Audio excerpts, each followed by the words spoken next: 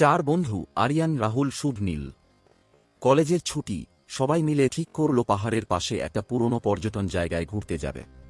Local মানুষজন বলেছিল ওখানে সন্ধ্যার পর যেও না, কিন্তু বন্ধুরা হাসল। তারা পৌঁছালো একটা পুরনো বনঘেরা বাংলোর কাছে। মোবাইল নেটওয়ার্ক নেই, চারপাশ অস্বাভাবিক নিস্তব্ধ। নীল বলল এখানে বাতাসও কেমন থেমে আছে। এক বন্ধুর ব্যাগ নিজে নিজে পড়ে গেল দূরে, কারো হেঁটে যাওয়ার শব্দ, কিন্তু কাউকে দেখা গেল না। রাহুল ফিসফিস করে বলল আমরা একা তো।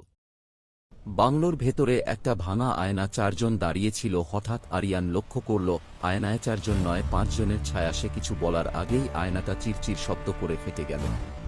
হঠাৎ আলো নিভে গেল, চাঁদের আলোয় দেখা গেল একজন সাদা পোশাক পরা মানুষ। মুখ স্পষ্ট নয়, পা মাটিতে ছোঁয় না। সে ধীরে বলল তোমরা এখানে আসার কথা ছিল না। বন্ধুদের গলা শুকিয়ে গেল এবং তার ভয়ে দৌড়ে পালাতে লাগল। পিছন থেকে ভয়ঙ্কর আওয়াজ পাওয়া